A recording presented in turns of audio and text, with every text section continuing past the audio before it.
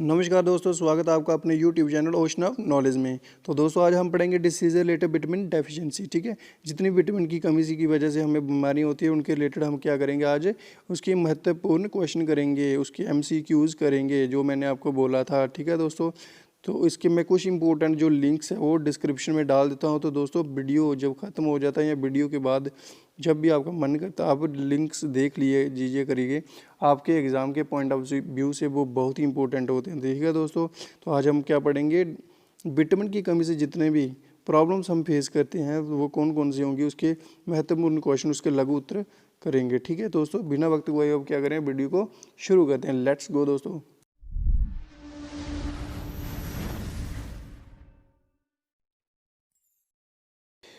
तो दोस्तों हमारा पहला प्रश्न क्या है, निम्नलिखित में से कौन सा विटामिन B1 के रूप में जाना जाता है। ठीक है, कौन है जो इनमें से B1 के नाम से भी जाना था। और ये चारों दोस्तों क्या है, साइंटिफिक नेम है। मैंने कल आपको लेक्चर दिया था, उनमें आपको बताया था कि इनमें से कौन सा जो विटामिन B1 को रिप्रेजेंट करता है।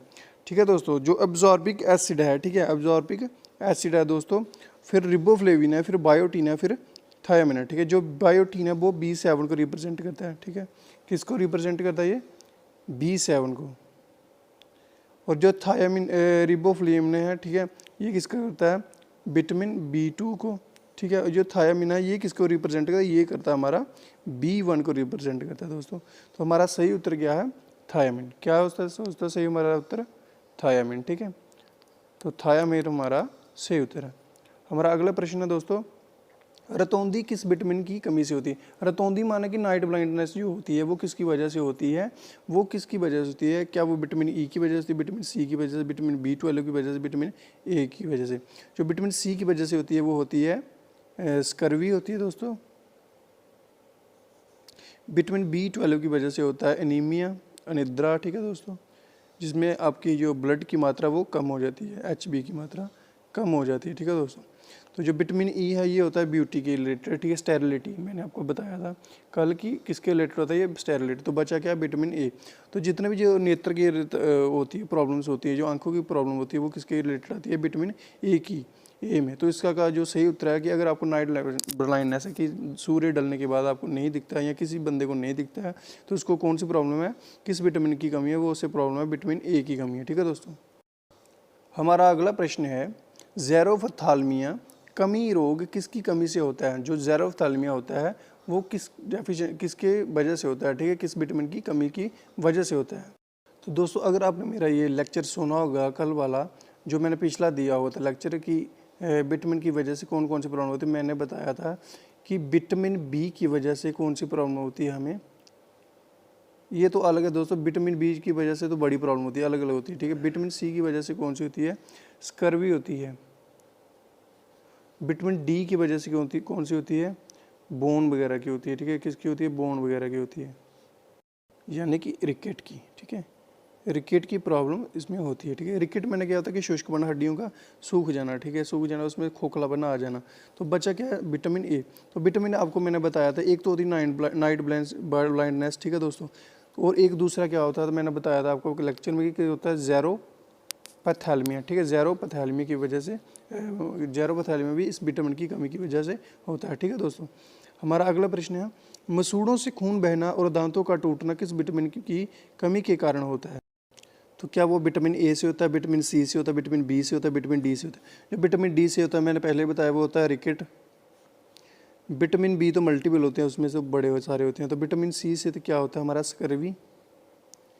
स्कर्वी यानी शुष्क रोग, मतलब जो दांतों में हमारे प्रॉब्लम होती है, जो गम्स में जो ब्लीडिंग, तो इसी की वजह से होती है हमारी स्कर्वी। इसी की वजह से होती है, हमारे मसूड़ों से जो खून बहता है। ठीक है, तो या दांतों का टूटना हो तो वो इसी की वजह से होता है, विटामिन सी की कमी की वजह से। जो विटामिन ए है तो वो तो नाइट ब्लाइंडनेस, और दूसरा क्या था, ज़ेरोपैथेलमिया। ठीक है, ज़ेरोपैथेलमिया था ये। ठीक है, तो हमारा अगला प्रश्न है दोस्तों, निम्नलिखित में से किसे मांसपेशियों के निर्माण के रूप में जाना जाता है।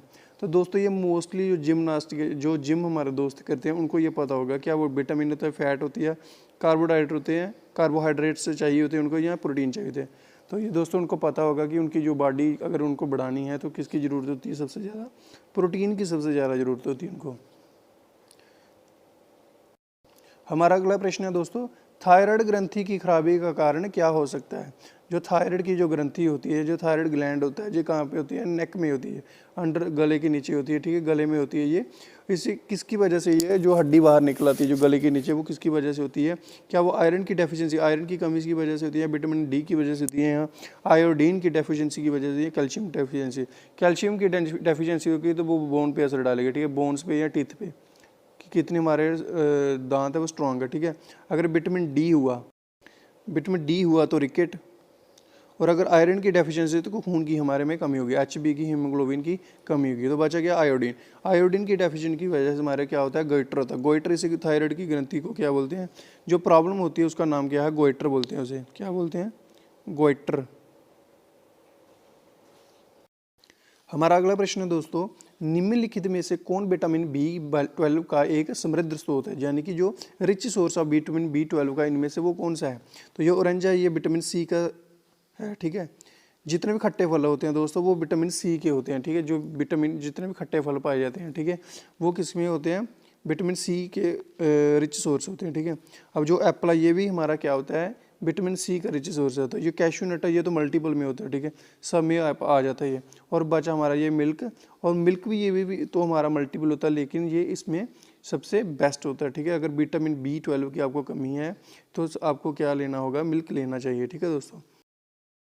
तो दोस्तों हमारा अगला प्रश्न है, विटामिन डी की कमी से बच्चों में कौन सा बीमारी होती है? ठीक है, अगर उनको विटामिन डी की कमी है तो बच्चों को कौन सी बीमारी होती है? मैंने बताया था जो एनीमिया है वो किसकी वजह से होता है? विटामिन सी के बाद, B6 के बाद जितनी भी होती है B12 तक, उनमें सब में क्या होता है? एनीमिया होता है, ठीक है, थोड़ी थोड़ी मात्रा में, ठीक है, अलग अलग तरीके से होता है। जो प्लेगरा है वो विटामिन B3 की वजह से होता है, और ये स्कर्वी है ये विटामिन सी की वजह से होता है, और यह बचा हुआ है रिकेट है वो किसकी प्रॉब्लम से होता है? विटामिन डी की वजह से हमें रिकेट्स की प्रॉब्लम से जूझना पड़ता है। हमारा अगला प्रश्न है दोस्तों, कटी हुई सब्जियों को धोने से कौन सा विटामिन निकल जाता है? यानी कि जब हम सब्जियों को काट के धोते हैं तो उनमें से कौन सा विटामिन है जो वाश हो जाता है, यानी कि निकल जाता है सब्जियों में से? क्या वो विटामिन सी है, विटामिन ए है, ई है, विटामिन डी है, विटामिन ए है, ठीक है। तो वो जो निकल जाता है सब्जियों को धोने के बाद, ठीक है, सब्जी अगर काट के धोओगे आप तो उसमें से कौन सा विटामिन निकल जाता है? वो होता है विटामिन सी। तो इस क्वेश्चन का जो सही उत्तर है वो है विटामिन सी, यानी कि ए पार्ट। हमारा अगला प्रश्न है, रंग अंधापन वाला आदमी डैश के रूप में लाल दिखाई देगा, ठीक है। अगर जो ब्लाइंड, जिसको कलर ब्लाइंडनेस है, अगर वो लाल, मतलब उसको किसकी जगह लाल दिखाई देगा? मतलब इनमें से कौन सा रंग है जिसके अगर वो देखा हो तो उसको क्या दिखाई देगा? लाल दिखाई देगा। तो क्या वो येलो कलर है, क्या वो ग्रीन है, क्या वो वायलेट है, क्या वो ब्लू है? तो इनमें से वो सही उत्तर है वो है ग्रीन। अगर वो ग्रीन रंग को देखेगा तो उसे क्या दिखाई देगा? रेड दिखाई देगा। हमारा अगला प्रश्न है, विटामिन ई डैश के लिए विशेष रूप से महत्वपूर्ण है? तो दोस्तों ये तो मैंने आपको बताया था, जो विटामिन ई होता है वो किसमें सबसे बड़ा योगदान होता है? वो ब्यूटी का एक वो स्रोत में भी माना जाता है, ठीक है। विटामिन ई होता है जो विटामिन के ई, वो ब्यूटी के लिए भी जाना जाता है। तो आपके ऑप्शन है development of teeth, carbohydrate metabolism, digestion, फिर यहाँ पर D pod, normal activities on sex gland. तो उसका जो प्रश्न का जो सही उत्तर है वो है normal activities on sex gland. जो हमारी सेक्स ग्लैंड्स होती हैं उसका भी एक बहुत बड़ा प्रभाव होता है हमारी ब्यूटी पे, ठीक है।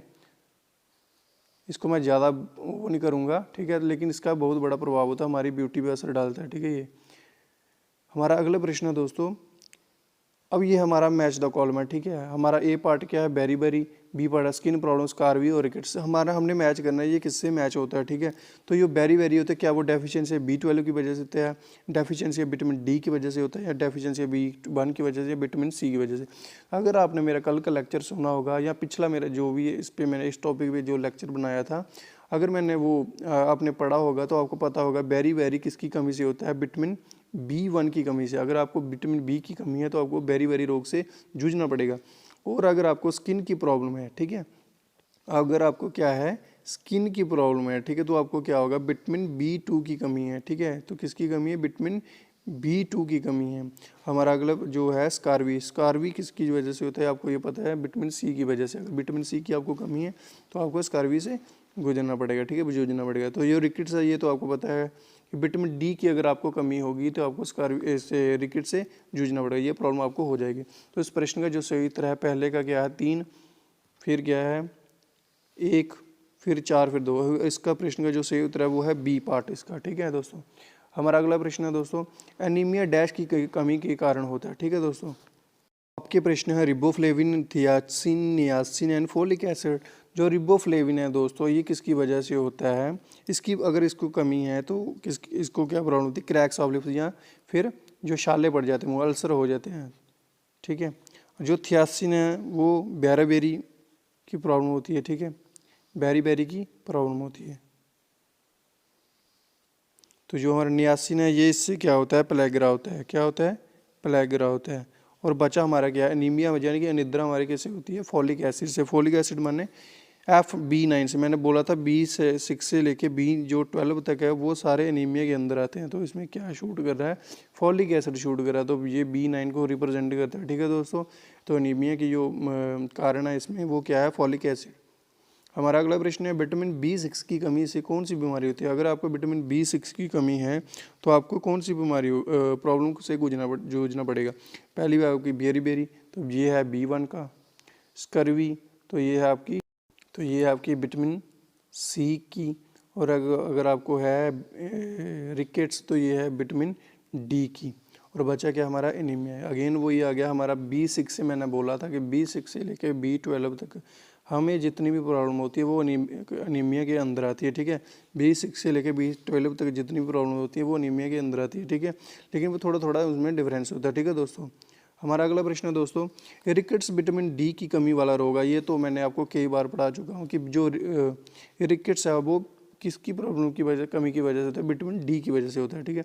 तो ये शरीर के किस हिस्से पर प्रभावित होता है, बड़ा इंपॉर्टेंट दोस्तों आपका क्वेश्चन है कि जब अगर आपको विटामिन D की कमी है तो आपको प्रॉब्लम होगी रिकेट्स, लेकिन वो किस हिस्से पे प्रभाव डालती है, क्या वो स्किन पे डालती है, क्या वो हेयर पे डालती है, क्या वो ब्लड पे डालती है, क्या वो बोन पे डालती है।